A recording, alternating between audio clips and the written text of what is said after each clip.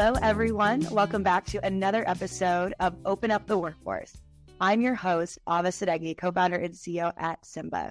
Today, we have a very special guest, someone I'm very honored and excited to introduce, Michelle Sims, the Chief Executive Officer of YUPRO Placement.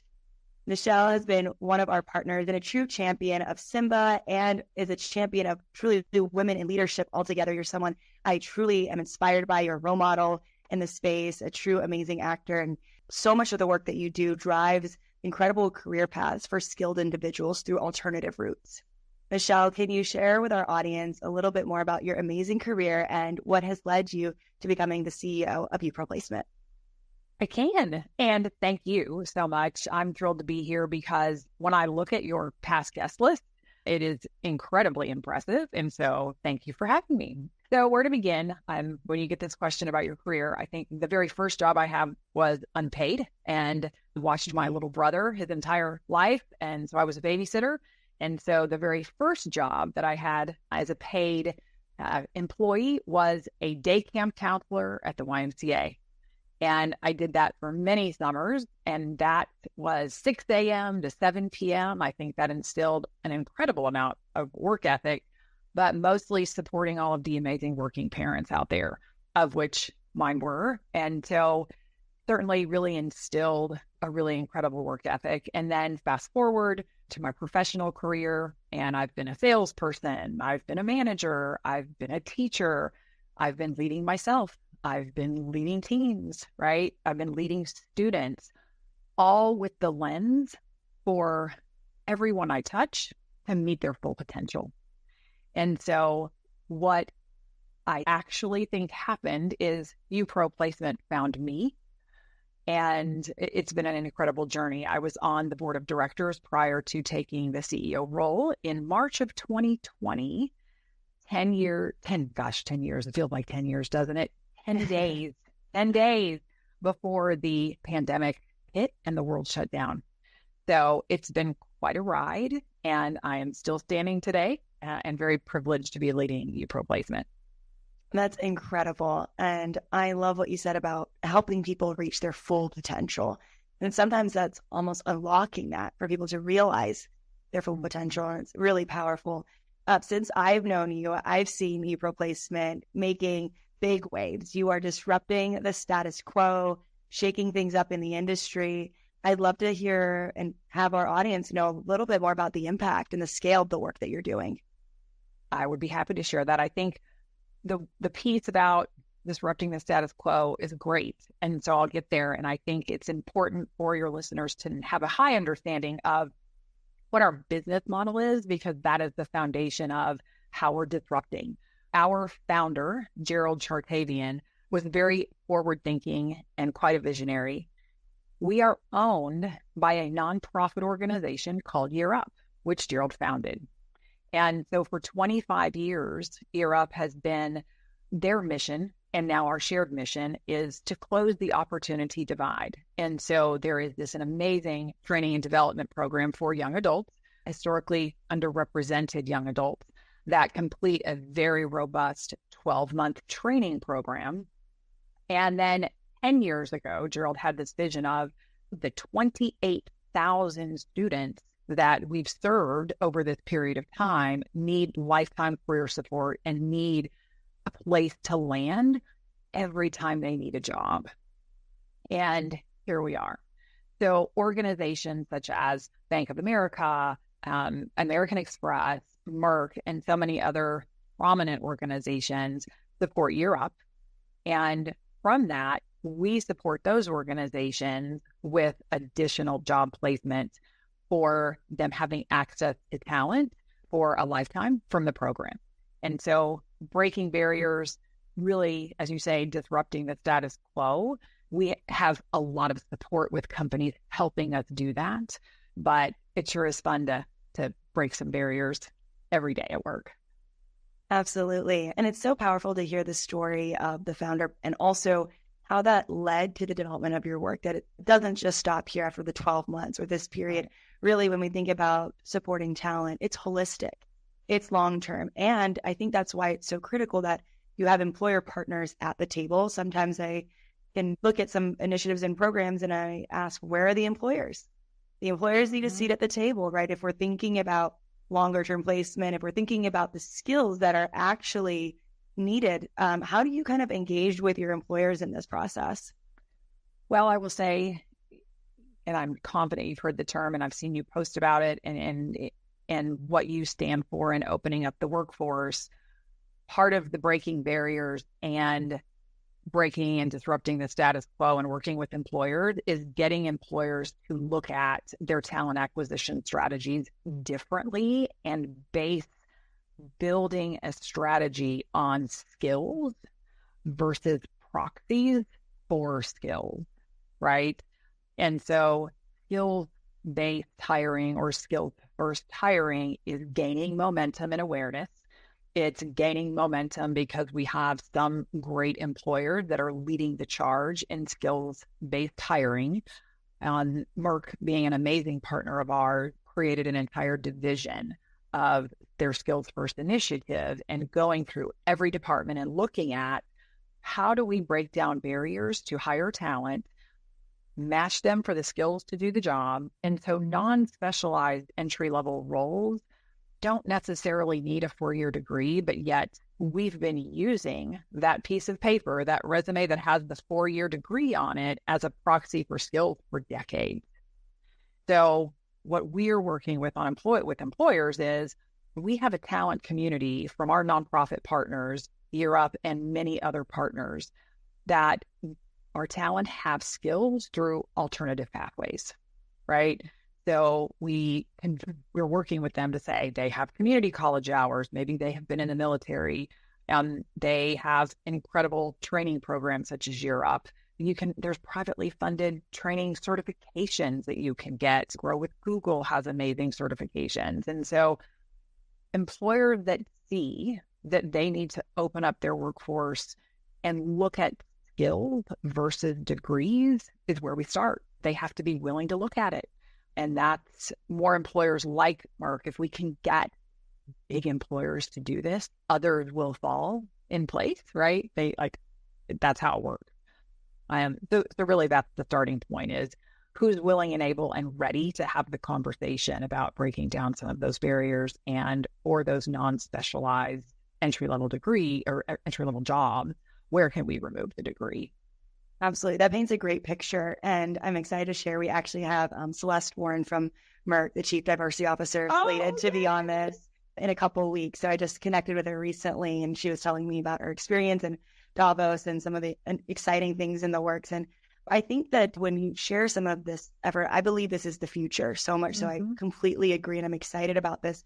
And you've been truly a pioneer for apprenticeships in the United States. But what the conversation that we're talking about right now, if we go to maybe other countries around the world, they would kind of look at us and be like, duh, of course, isn't that how it's done? And so can you share a little bit more about your strategy using apprenticeships? And I'd love to learn a little bit more about your skills to staff professional apprenticeship works initiative as well.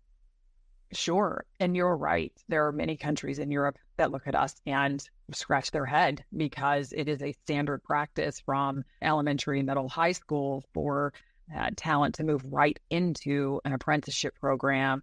And the degree doesn't have the same type of stigma. It's all very equitable, right? And so I think we have a lot to learn. And so we are at the heart of an apprenticeship program is earn and learn. You are learning on the job, but you and I learn on the job. And so it's also breaking down a bias of on the job learning. We all learn on the job. We start a new job, there's time for learning. Now, depending on your experience, you might have different ramp up times. And so an apprenticeship doesn't need to be scary. It is on the job learning. And the difference between like an internship and an apprenticeship is the competitive wage and being an employee of an organization. So we have built what we call our skills to staff professional apprenticeship, and it can go two directions. You can have an informal apprenticeship, which is on the job learning with upskilling and support. And then there are DOL, like Department of Labor Registered Apprenticeship Program, and we act as an apprenticeship intermediary and an employer of record in that case. And so we have both because we are working on how we adopt more registered apprenticeship programs through the DOL in the United States. And so the informal skills to staff apprenticeship program is a bridge for employers to take to get them towards that DOL. And they may never get there, but if we don't build a bridge and help employers get to the other side of how they could do this better in a talent acquisition strategy as part of their overall strategy, then we're not getting anywhere. And so we had this idea of, well, we're a staffing organization, right? Let's shake it up. Let's revolutionize how we do apprenticeships. And in our apprenticeship model, we are the employer of record, and employers seek us out to have this insulated type of experience where they are supporting the technical skills, we are supporting durable skills, we support with professional coaching, we have wraparound supports, we set the upskilling pathways so that they're learning on the job in two ways, right? Classroom type training, and then durable skill training from us as well, and then employer helping technical. But we are shifting some risk, right, as the employer of record so that employers can adopt this, because a lot of employers don't have the components and the bandwidth to support the components. And so we're that bridge to be able to do this and meet entry-level hiring demand, some mid-career hiring demand, and really get business results. I mean, we've proven from a loyalty perspective, it's incredible. We've proven business results from the perspective. In 2023, we had a 91% positive outcome completion rate and conversion to full-time. So, and we've been doing it a couple of years, and we keep learning, and we were ready to really jump in. And so we branded and officially launched our Skills to Staff program a few months ago. So thank you for asking, and we're incredibly proud of it. And we hope that employers will really reach out and jump on this as another avenue to augment their talent acquisition. It doesn't replace it, it's augmenting it and helping that bridge and working with some departments. This is the way I want to go. Like, I want folks to start in this. Let's have them do this piece of it for 3 or 6 or 9 months and then convert them.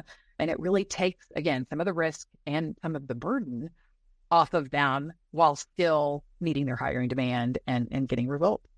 Absolutely. And I think when you said 90% for our listeners, I believe for the United States, it's below 50% is the average completion. So that's just an amazing accomplishment. And I think beyond just the burden and risk, you're bringing a level of expertise on the way that this should be done. And so when people work with us at Symba, a lot of times we spend time designing the initiative. And it's great because you can share insights from other orgs, what's working, what's not, best practices, so that they have confidence that they're doing it right. So I think that's a really powerful aspect to all of this. It's daunting a lot of times for employers. So I was happy to see some of your work recognized in WorkShift recently for the power of how you're building that bridge to giving employers the opportunity to say, hey, we've got you. It's not overwhelming. Well, at least let's help you get started. And there's a pathway forward. And so I think that's critical in this current market and landscape, because a lot of times the folks who might be leading this program, the turnover rate can be high or their transition rate can be high. So sometimes they're not as sustainable as we would like them. So I do think it's great to have this type of partnership as well. Agreed. And I need to give you a plug as a partner.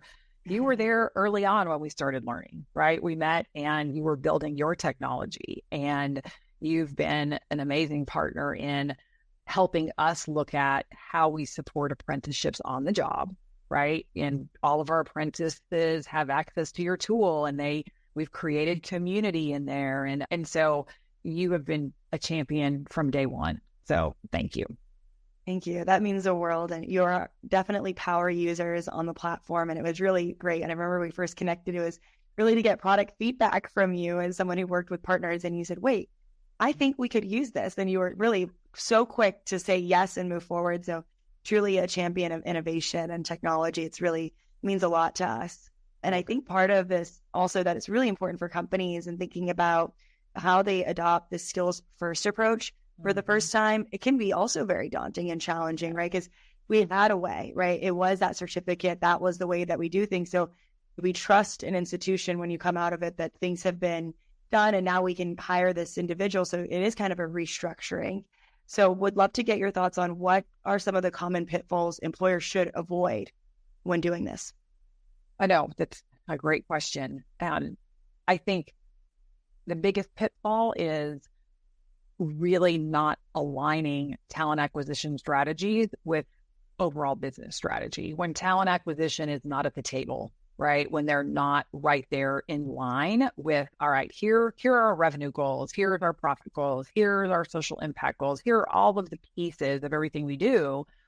And if talent acquisition isn't at the table to help all of the business partners get them there with people, then it falls apart because you need people to execute everything that you're doing. And the skills first momentum of being a part of the talent acquisition strategy will help organizations get there. And I think what we've seen is that pitfall of we have hiring managers that don't have that have hiring demand. They can't get their positions filled. And they say, well, HR isn't getting them filled for me. Well, does HR understand what you're trying to do? We see a lot of lack of connection between those goals on the ground and the goals at headquarters and how those come together to fill jobs. And we have hiring managers saying, like, you have the talent that I need. I need just somebody with these skills. I can teach them this. And how do I do this? And then HR is like, well, we have all of these, requirements and we have this job description and we have a 4-year degree required. And if they don't have a 4-year degree, then they're going to need 7 years of experience. And we're like, this is an entry-level role. No, it doesn't. So let's help you. So you live in that fine line of making sure that you are educating and being a consultant to your client while helping them bridge some of those communication connections with some skills first strategies. So I would say that is the biggest pitfall that we see. And that means that there is not a top-down leadership voice or approach to how to make sure that the folks on the ground that are executing the work can get their jobs filled to do the work. Wow. I think what you just said is something that keeps me up at night. And it's literally, honestly, kind of one of the reasons we created this whole platform, because we thought we need executives to champion this from the top. And if there's that disconnect, because it is so fragmented, right? Like you said, you painted a beautiful picture of this whole thing. Everybody has a different North Star. And it doesn't speak to each other. And so it can stop here or it can start here. And I think that approach of having that top-down support is critical. And acting as a consultant is also very important. I know when you were talking about the ROI of your work, you also talked about the business value. So do you kind of work sometimes with department leaders? How do you maybe think about the work that you do maybe as a department or maybe an industry level initiative for certain roles?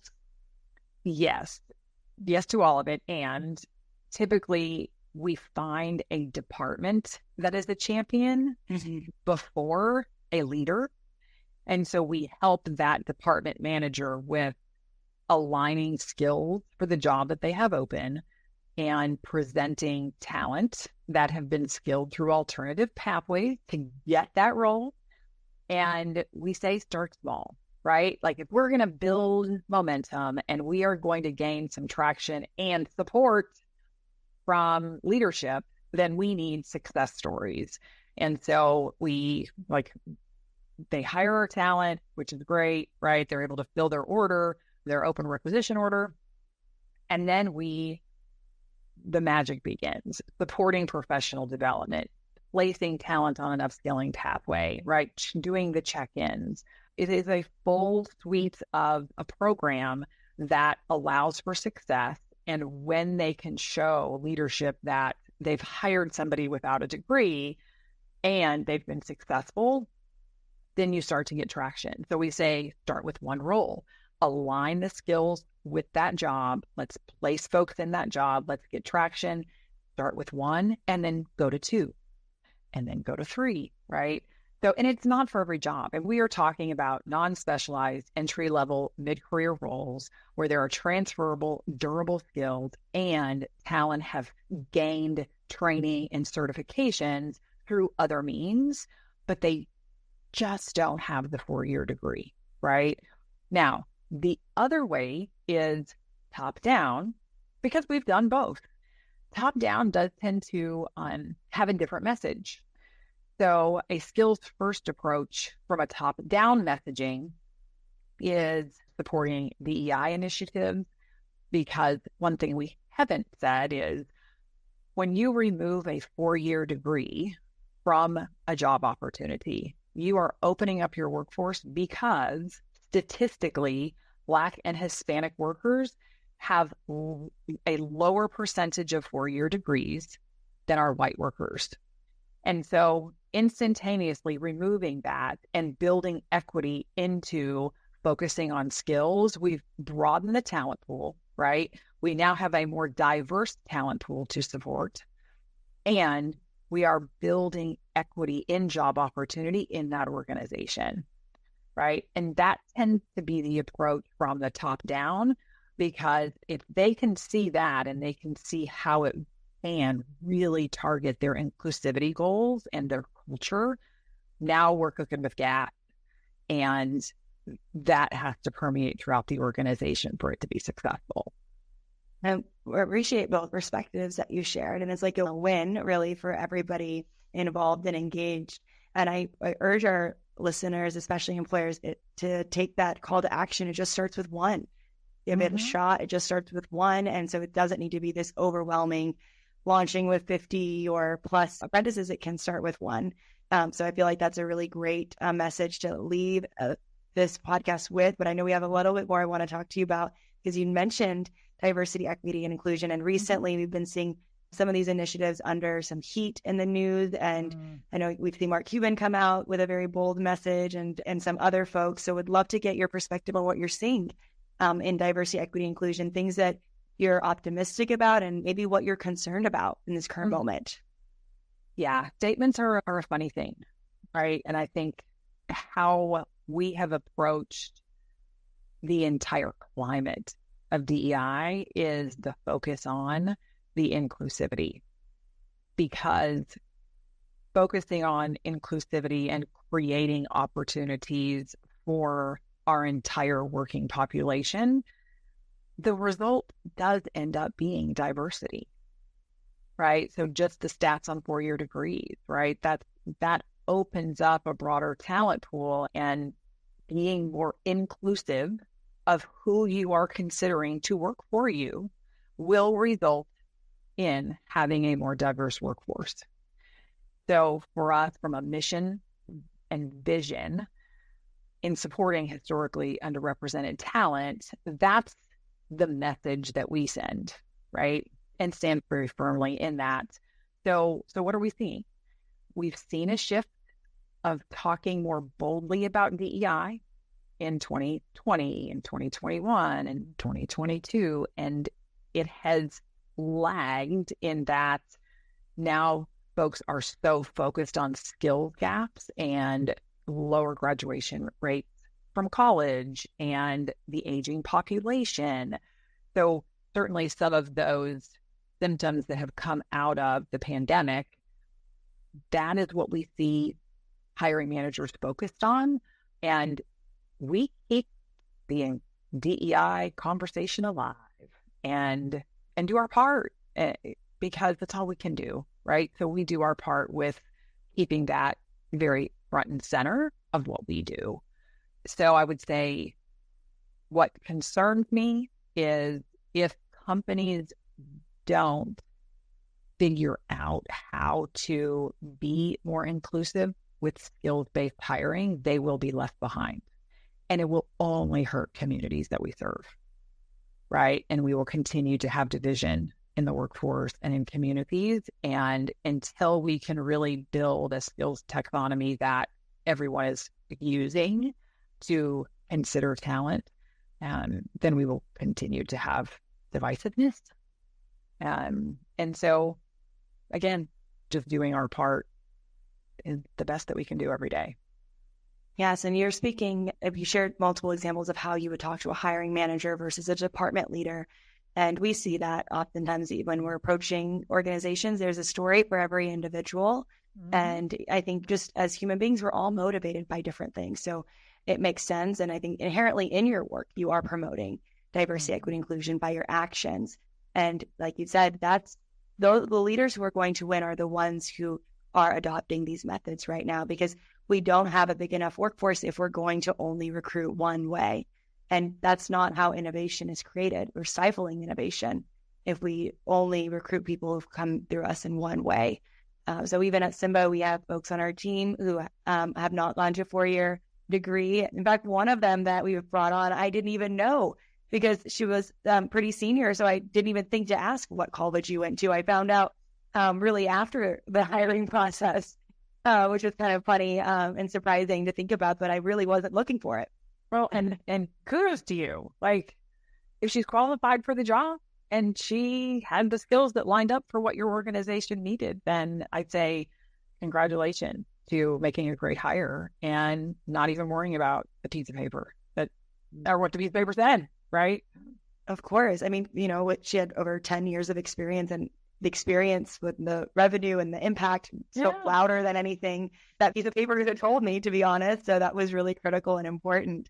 And so you have an amazing team and workforce, and it's been such a joy to get to collaborate with your team. And I'm very excited to continue to share the work and impact. And as we kind of come to our big question that we ask all of our leaders on this podcast is around open up the workforce. And for us, that means a workforce that provides equitable access to jobs and wealth creation. I genuinely feel like you answered this question with every single one of your answers, but I'd love to get your perspective on what are the key necessary steps that we all need to take in order to open up the workforce.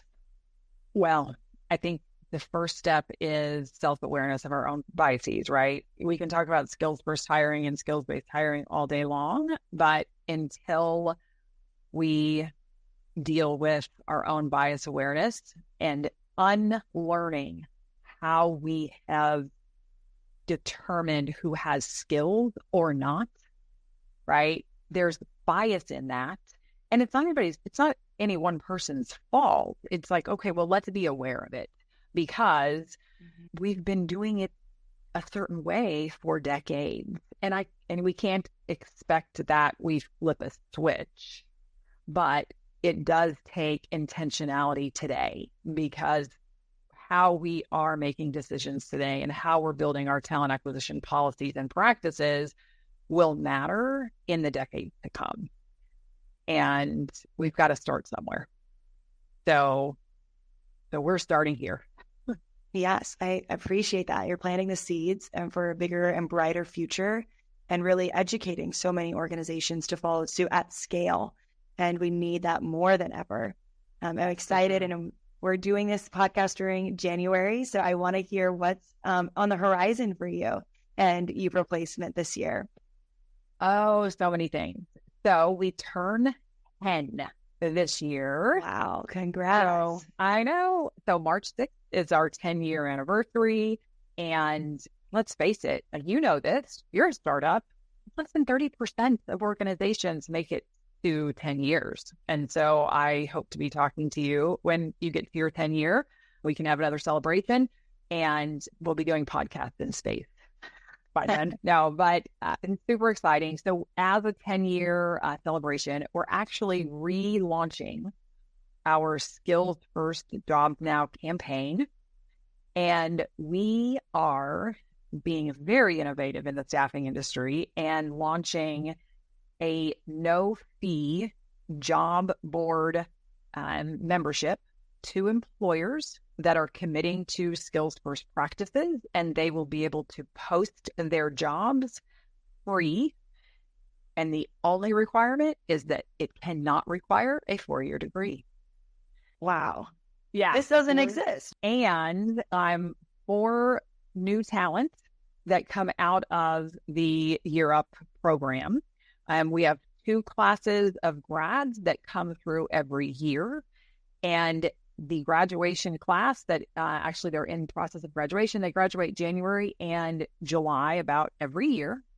There are about 1,400 talents that come through every class. And we are going to give access to talent to this job board. They can apply for jobs. We are going to match talent resumes to job postings.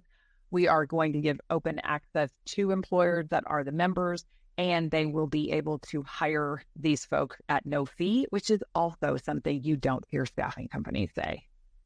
So we are incredibly excited. Our goal is to place thousands each year, and this is just the start of it. And so that happens February 1st. So I don't know when this is going to be live, but it will probably be live by the time this hits.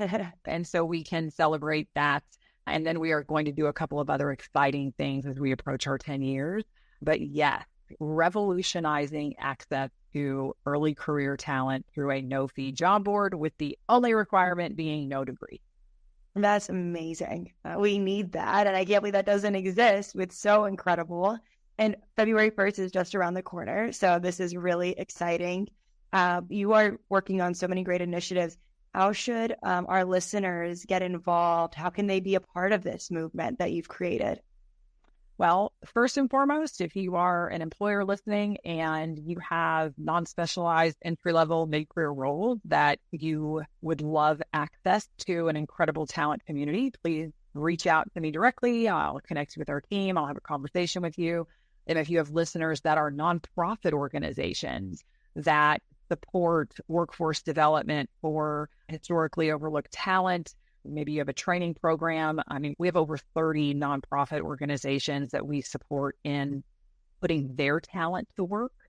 And so we're always looking for additional organizations to add to our ecosystem, because let's face it, collaboration is absolutely the key and is the next generation of talent solutions. And no one person or no one company can open up the workforce by themselves. And that is so powerful. Wow. I'm going to repeat that message because I really agree with you so much. And that's why we, even at Symba, we came up with the name Symbiotic, because we believe in collaboration. It is an ecosystem of giving and growing all together. And that is really what you are fostering here in so many ways. Michelle, thank you for being a true trailblazer. When we think about opening up the workforce, we really look at you and the work that your team is doing. Is there anything else you'd like to share before we wrap up today? Gosh, thank you for sharing our story and us being on this platform. And I would say the other piece is we are a public benefit corporation, and part of our balancing purpose and profit is I would love everybody to know that every single placement we make at YUPRO Placement, we make a monetary proceed back to the nonprofit organization in which that talent was referred. That also is unheard of in the industry. And so I feel like we are breaking barriers and revolutionizing so much. And thank you for being a part of it. And thank you for building incredible technology for all of our apprentices to be a part of. And yeah, we'll end on that. Wonderful. Thank you, Michelle. It was an honor to have you on.